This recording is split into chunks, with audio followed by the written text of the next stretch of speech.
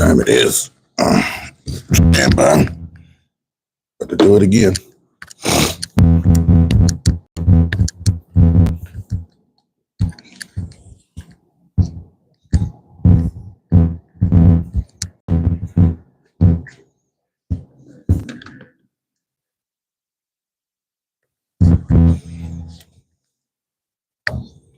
All right. This is Sports for Real with Coach Hall. Been a shift in the news lately concerning the head coaching job at North Carolina. It was announced last week that Bill Belichick, the Super Bowl winning coach from New England, defensive coordinator for the Giants, years and years and years of NFL expertise, he has decided to try his hand at the college game. So he's been in negotiations with North Carolina about that particular position. And he has some so-called strange demands for certain people. His one demand is that his son be a coach in waiting. We talked about that the other day. And he also had this thing called a football Bible that had a list of all the different things that he would want if he were to take this position. Well, after careful consideration, University of North Carolina has decided to hire Bill Belichick. So he is officially the coach, except for he has to clear the Board of Regents. Pretty much the Board of Regents been behind this thing the whole time, so it's just a matter of getting it all stamped off. So once that gets stamped off sometime today, Belichick is the official coach of North Carolina, and his son would be the coach in waiting, and he hasn't wasted any time making moves. He has hired former NFL GM, sports commentator, and analyst, football junkie, pretty much, Michael Lombardi, the writer, to be his right-hand man in North Carolina. And one of those demands in the book or the manifesto that he had, the football Bible, the thing was that he wanted to have two staffs. He's going to have a football staff, and he's going to have a staff full of recruiters and people to handle the NIL and things like that. So Lombardi is going to be the GM that heads up the recruiting and all the other stuff, and then he's going to put together a staff to handle all of the football-related stuff. So that was the news. But what dominoes will fall because of that?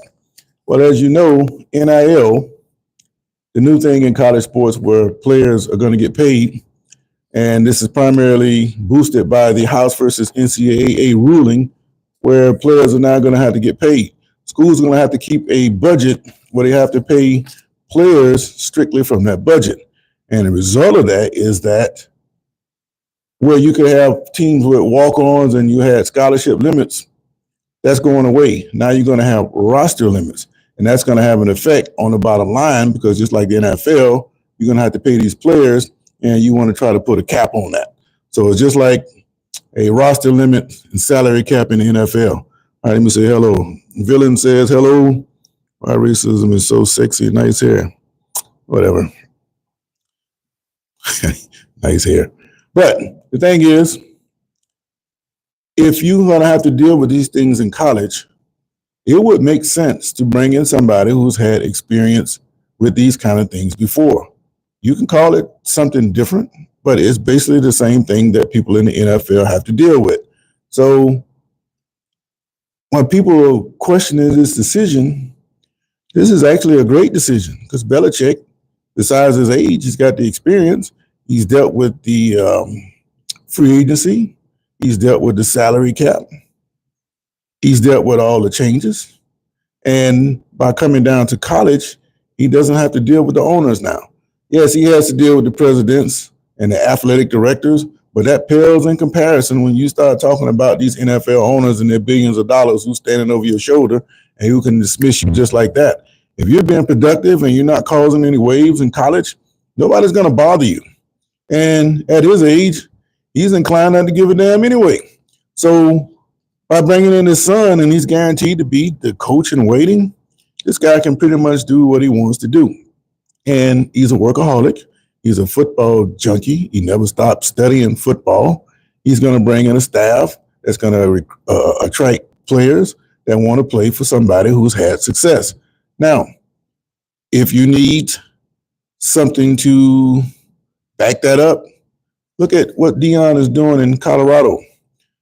People attack Dion for his style of the transfer portal and how brutal it is, but it's brutal everywhere else. It's just people just don't come out and say it.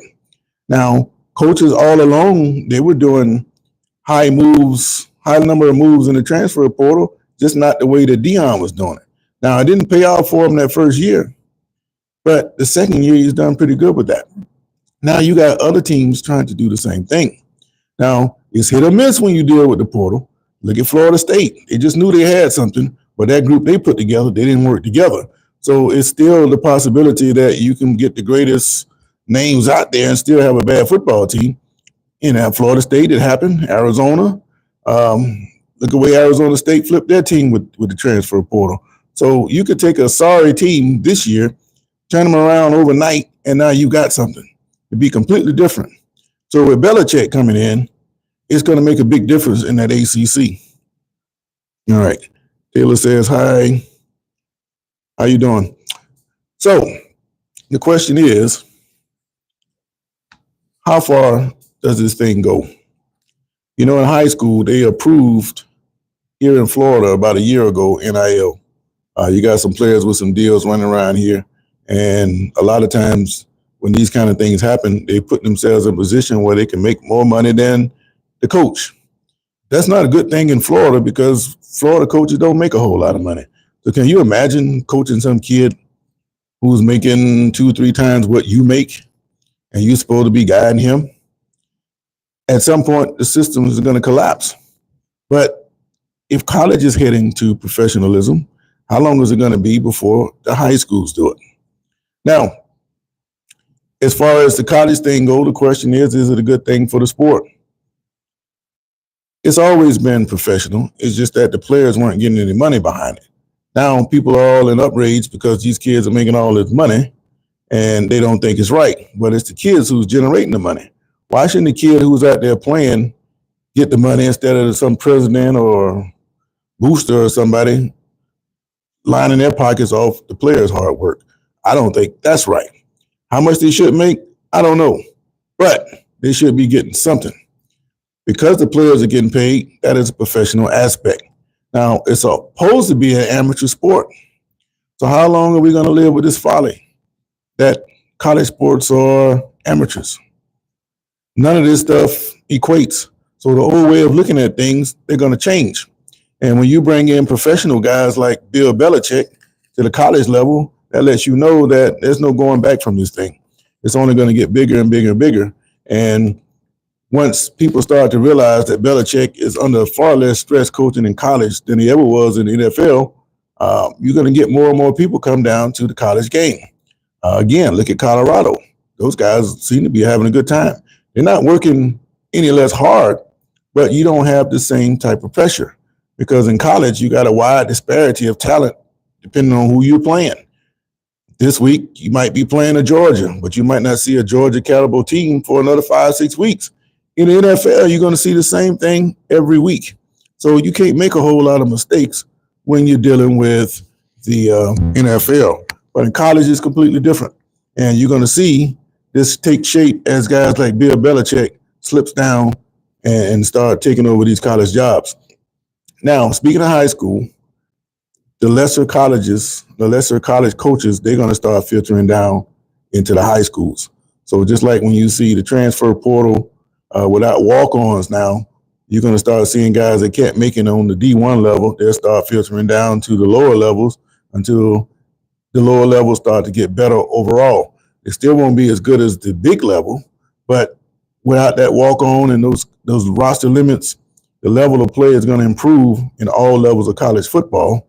And that's a direct result of teams having to pay players. Now, I still haven't determined how schools like mine, FAMU, is going to be able to pay their players. They can't afford to field a team. They can't field a team without walk-ons. When I was a walk-on, they can't get a decent practice in unless you had X amount of players. And the problem is on that level, is money. Where is the money going to come from is what I want to know.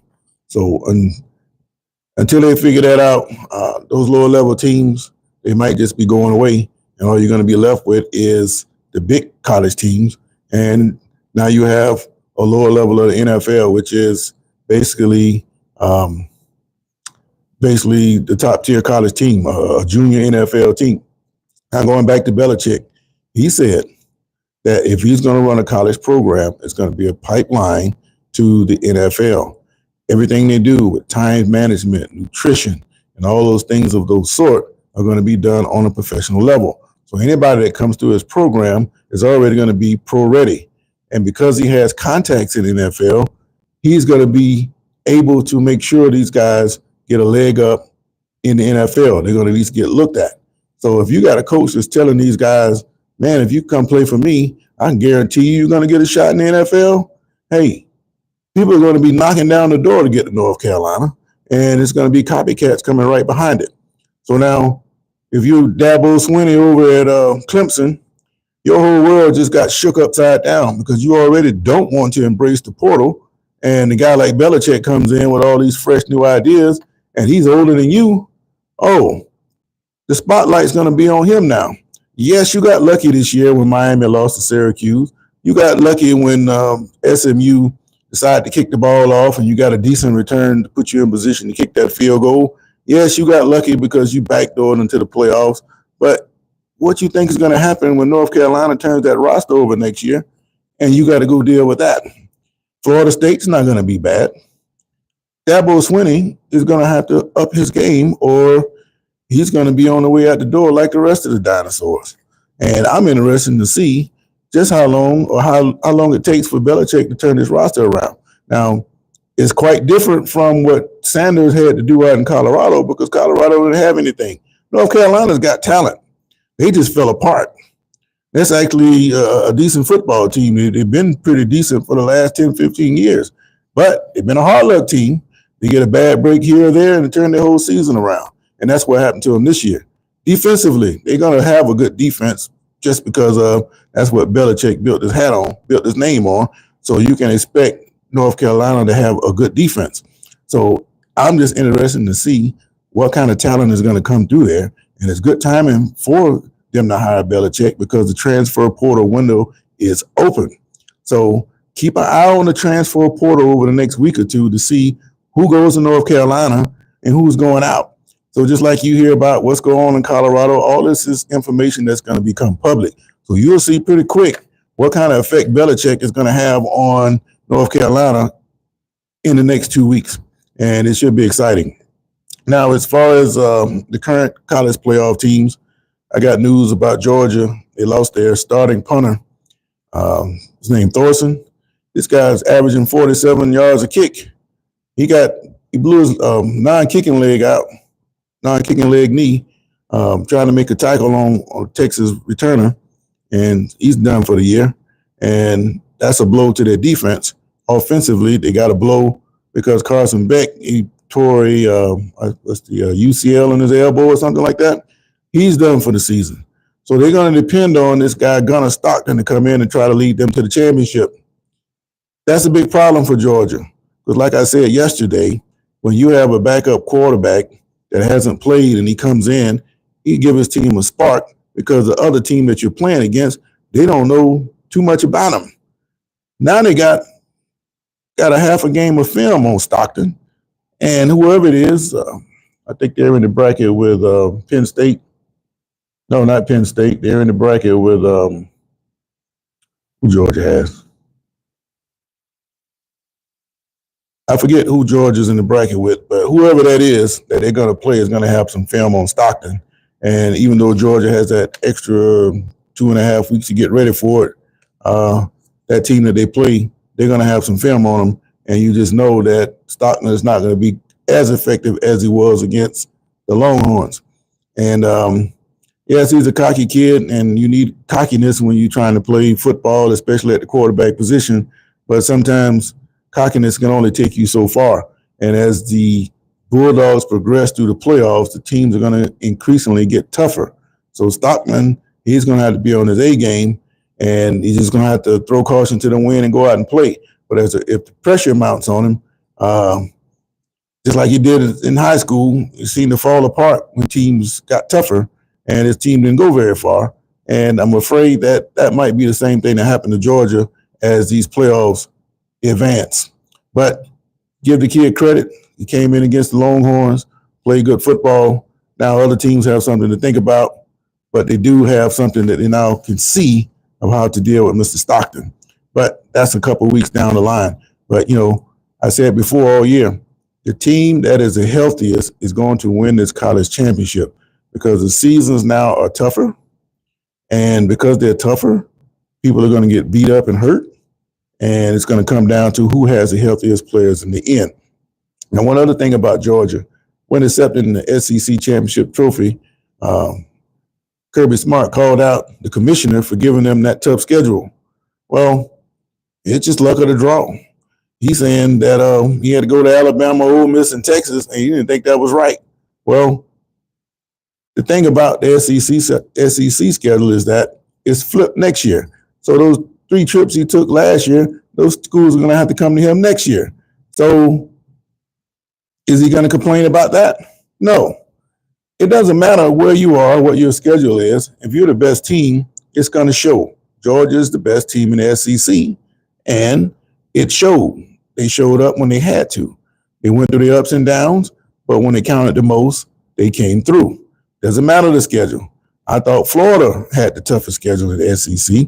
I didn't think they had a chance, but they started to play better as the season went on.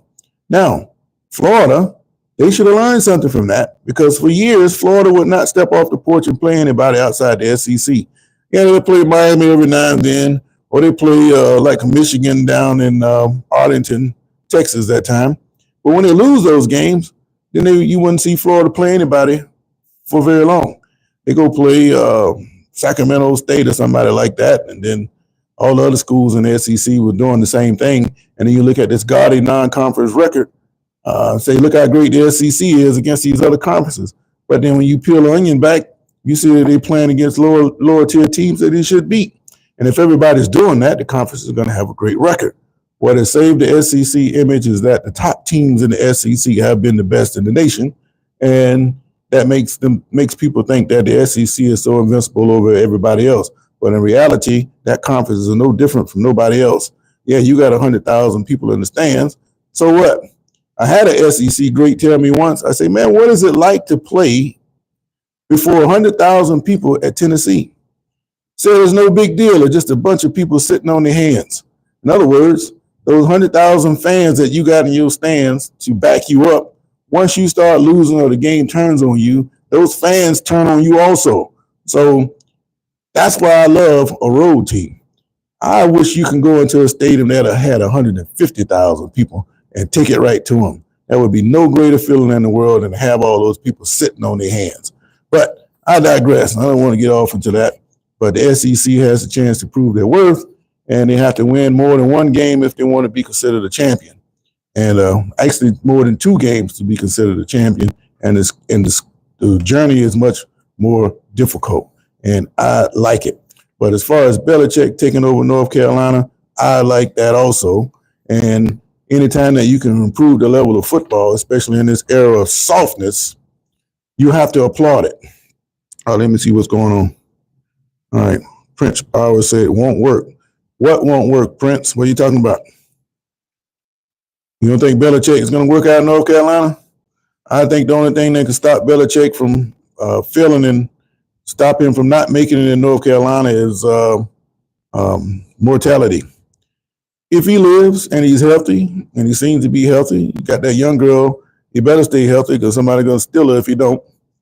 Probably already got somebody helping him out anyway, but that's another story. But the thing is, if he lives and he's still got his football mind together, Belichick is going to be a dangerous opponent to deal with in the ACC.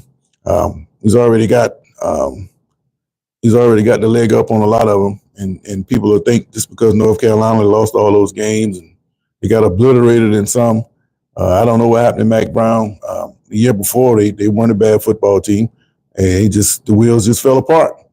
And maybe Brown didn't want to deal with the transfer portal. Maybe he was like a older Dabo Swinney. But Belichick, coming out of the pros, man, this is like child's play dealing with this kind of stuff because, like I say, you don't have those owners and general managers hovering over your shoulder trying to see and direct everything that you're doing. These college presidents and athletic directors, all they want to see is you win. And they will back off him and let him do what he wants to do and how he wants to do it. And he's going to put together a good program in North Carolina. And it's going to be a problem down there. And I'd like to see what Dabo Swinney had to say about that. You know, he's going to say all the right things, but at the same time, he's not very happy about that because this new era of football works against him, and he's on the way out. But no, I won't say that. But just to recap, if you didn't know, Belichick, he's waiting on board approval to be officially hired as North Carolina's coach. You might as well say it's a done deal because he's already started hiring people. He hired former NFL GM Michael Lombardi to be his GM for recruiting and Neil and everything else. His right-hand man in North Carolina. And there's going to be more hires coming right after that. And I think you should keep an eye on the transfer portal and see how many people get redirected toward North Carolina. It should be interesting to watch. Colorado, they're still making their moves. People are running out of there, so he's getting ready to do a massive turnover there. If he stays, I'm still not convinced he's going to stay because his son's going to the pros. I think he's going to be somewhere around in the pros too. Keep an eye on his sons. But it would be exciting if he can stick around and in Colorado to see how much more he can build that program. But I just don't think that, you know, he's only concerned about what his sons are doing. That's just my opinion. I'm waiting on him to show me something different. And if he did stay and you got a guy like Belichick, who else from the pros is going to come down and start changing things in college football? Be interesting to see. Kirby Smart, you know, doing a good job down there in Georgia, but I don't think that he really likes all of the changes he's dealing with because the schedules are tougher. It's almost like watching the president of the U.S. He ages over an 8-year period. Smart seemed to have aged over the last couple of years. He hadn't been talking as cocky as he was the last couple of years, but, you know, you got to give him credit. He's doing a good job, but I don't think he likes all this professional attention coming his way, but he's going to have to deal with it if he wants to stay on top of the mountain. But again, Belichick is a good hire for North Carolina. I think his professionalism good for college sport to a certain extent, yes. But if you are a walk-on, your opportunities have decreased, and those second chance opportunities just aren't going to be there anymore. So that's why it's important for people in high school to get their stuff together before they even get to the college level, and then you give yourself a better chance that way. I tell my kids all the time, when I was coming through school, our goal was to get to college with the opportunity then to try to make it to the pros. But now, college sports, that's the new professional sports. And if you can get to college sports right now with these roster payments coming, oh, then you got it made. There's no need to run and try to make it to the NFL anymore. You can make your life's money right here in college. And to some, that's not a good idea. But if you are getting paid and you can make it, why not take it? That's just my point on that. But anyway, I got to go to work. I appreciate you guys chiming in. Put the you guys like and subscribe, and I'll be back at you when I get some more information on what's going on in the sports world. I got Thursday night football tonight, and I think the Rams and the 49ers. Rams starting to play some pretty good football. It's partly because they're starting to get some of their pieces back, but is it too late for them? They got like 5 or 6 losses, and you got like 4 more weeks left in the season, and it's going to be tough sledding for them. But 49ers, they got to win this game. If they don't, then they're probably not going to make the playoffs. So we'll see how that goes. So until next time, this has been Sports for Real. I got to go to work. Wherever you are in the world, have a great day. Catch you on the other side. I'm out.